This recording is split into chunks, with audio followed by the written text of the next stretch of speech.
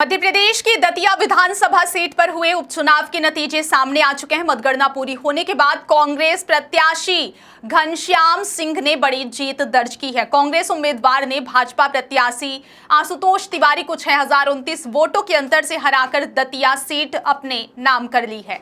हालांकि मतगणना के दौरान शुरुआती रुझानों में कांग्रेस की बढ़त काफी मजबूत दिखाई दे रही थी, लेकिन 13वें और 14वें राउंड की गिनती में जीत का अंतर तेजी से कम हुआ, जिसके बाद मुकाबला कुछ समय के लिए रोमांचक हो गया था। मतगणना के शुरुआती दौर से ही कांग्रेस प्रत्याशी घनश्याम सिंह बढ़त बनाए हुए थे। 9वें राउंड तक कांग्रेस की लीड बढ़कर 9519 वोटों तक पहुंच गई थी। इस दौरान कांग्रेस समर्थकों में जीत को लेकर उत्साह बढ़ गया था। कांग्रेस नेताओं का कहना था कि जनता ने अपना फैसला सुना दिया और दतिया में बदलाव की शुरुआत हो चुकी है। दतिया उपचुनाव के दौरान एक दिलचस्प घटनाक्रम भी सामने आया है। पूर्व गृह मंत्री और भाजपा के दिग्गज नेता नरोत्तम मिश्रा के पोलिंग बूथ नंबर 121 पर भी कांग्रेस को बढ़त मिली है। इस बूथ पर कांग्रेस को 27 वोटों की बढ़त हासिल हुई। वहीं मतगणना के 9वें राउंड के दौरान ईवीएम रखने की जगह को लेकर भाजपा और कांग्रेस एजेंटों के बीच बहस भी हुई।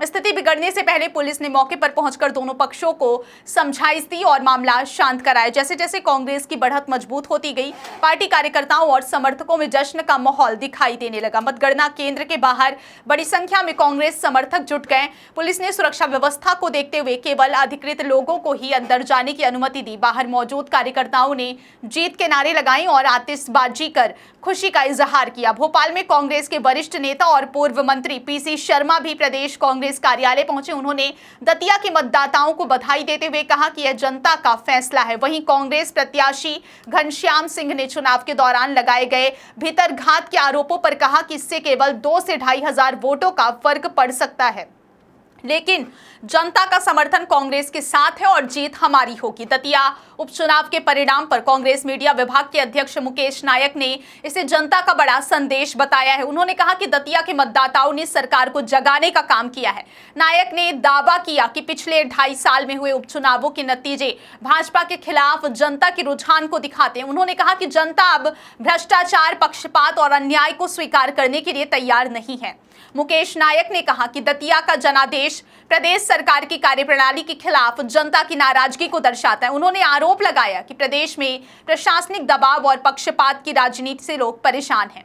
कांग्रेस नेताओं ने इस जीत को आगामी राजनीतिक बदलाव का संकेत बताया है। वहीं मध्य प्रदेश कांग्रेस अध्यक्ष जीतू पटवारी ने दतिया की जीत को कांग्रेस कार्यकर्ताओं की सामूहिक मेहनत का परिणाम बताया। उन्होंने कहा कि यह जीत जनता के विश्वास और कार्यकर्ताओं के संघर्ष की जीत है। कांग्रेस नेताओं ने इसे राहुल गांधी के नेतृत्व में जनता के समर्थन का परिणाम बताया। दूसरी ओर भाजपा प्रत्याशी आशुतोष तिवारी ने कहा कि चुनाव परिणाम आने के बाद पूरे चुनाव की समीक्षा की जाएगी। उन्होंने कहा कि अंतिम नतीजों के बाद ही वे प्रतिक्रिया देंगे।